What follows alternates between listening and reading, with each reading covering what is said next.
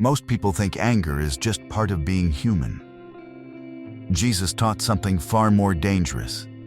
He showed how to live so nothing can touch you anymore. 1. Jesus revealed that anger is not caused by people, but by attachment. Jesus never said, "You will never be provoked." He revealed something far more unsettling. What disturbs you only has power because it touches something you are still holding on to. When someone insults you, ignores you, disrespects you, or misunderstands you, the pain does not come from their behavior alone. It comes from what their behavior threatens inside you. Status, control, approval, expectation. Jesus was mocked, lied about, betrayed, and humiliated publicly, yet he did not react the way people expected. Not because he was numb, but because nothing external had permission to define him.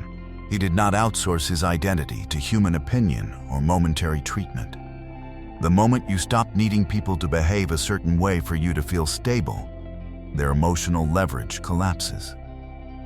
And here is the quiet payoff most people miss.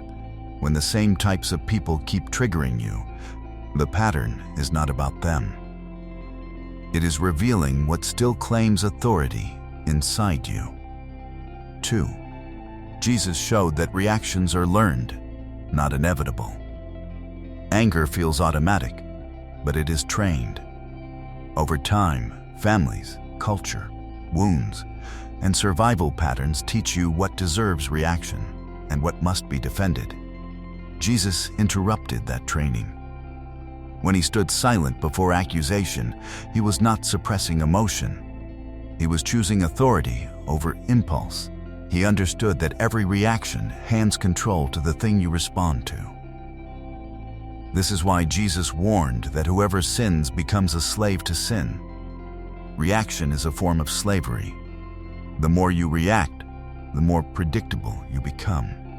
People learn exactly how to move you, how to press you, how to destabilize you, and now the payoff becomes uncomfortable. If someone can reliably make you angry, they no longer need power over your life. You already gave it to them through repetition. 3. Jesus revealed that stillness is strength, not weakness. The world trains you to believe silence means losing, that defending yourself proves intelligence, that reacting proves worth. Jesus did the opposite. He stayed silent when silence carried more authority than words ever could. Stillness is not passivity. It is restraint backed by clarity. Scripture says, "In quietness and trust is your strength," Isaiah 30:15. That is not poetic language. It is instruction. When Jesus said the meek would inherit the earth, he was not praising softness. Meekness is controlled power. Power that does not leak under pressure. When you stop reacting, people often assume you do not care. In reality, you have simply stopped feeding the dynamic that keeps conflict alive. The moment you realize silence can carry more authority than reaction, you stop feeling weak for holding your ground quietly. 4. Jesus taught that offense is a trap, not a test. Jesus warned that offenses will come. He never said you must carry them. Offense feels justified, but it quietly poisons clarity and drains focus. It keeps you replaying moments, rehearsing arguments, and living mentally in situations that already ended. Jesus did not absorb offense because he knew where it led. Offense ties you emotionally to the very people who disturb you.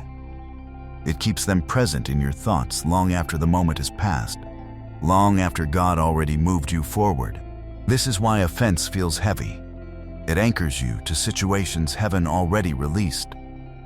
Forgiveness, in Jesus' teaching, was never about excusing behavior.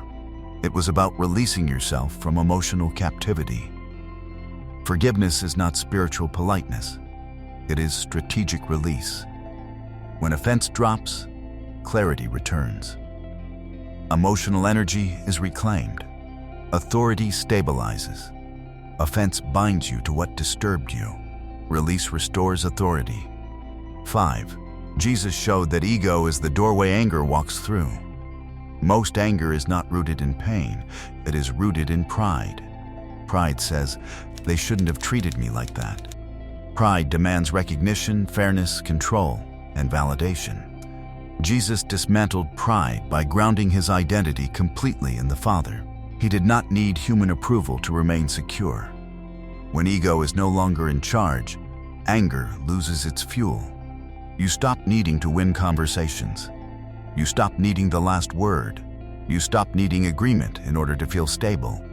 This does not make you passive. It makes you unmovable. At that point, anger no longer feels necessary. You are no longer guarding status, image, or identity. You stop rehearsing how you should have responded. The nervous system settles because nothing inside you is being threatened anymore. This is why humility is not weakness. It removes the doorway anger needs to enter. When ego loses authority, anger loses access. 6. Jesus revealed that focus determines emotional control. Peter walked on water until he focused on the storm. That moment was not about lack of faith. It was about divided attention. Scripture says that when he saw the wind, he became afraid and began to sink. Nothing about Jesus changed. The power did not disappear. Only Peter's focus shifted. And when focus moved away from alignment, emotional control collapsed. Anger works the same way. It does not erupt suddenly. It grows as attention stays fixed on offense, tone, intention, and imagined meaning. The longer attention stays there, the louder emotion becomes. Jesus acknowledged reality, but he refused to stare at it. He did not let circumstances dominate his inner world. This is why Jesus withdrew instead of reacting. Not to escape pressure, but to realign focus. When focus returns to God, reactions lose urgency. Thoughts slow down. Emotional spikes flatten. When attention realigns, emotional control returns without force. Reaction fades. Authority remains. 7. Jesus showed how to live unbothered without becoming detached. He loved deeply without becoming reactive. He cared without clinging. He engaged without losing himself. Being unbothered does not mean you stop feeling. It means feelings stop controlling you. When someone tries to provoke you and you remain calm, you are not suppressing anger. You are choosing alignment. People expect explosion. They meet stillness. They expect defense. They meet peace. And that quiet authority closes every door escalation needs to survive. Jesus never promised a life without provocation. He revealed a life without captivity. The goal was never to eliminate difficult people. The goal was to become so anchored in God that no one else could disturb your inner state again. When you stop reacting, you do not lose power. You reclaim it. And when peace becomes more valuable than proving a point, anger loses its grip for good.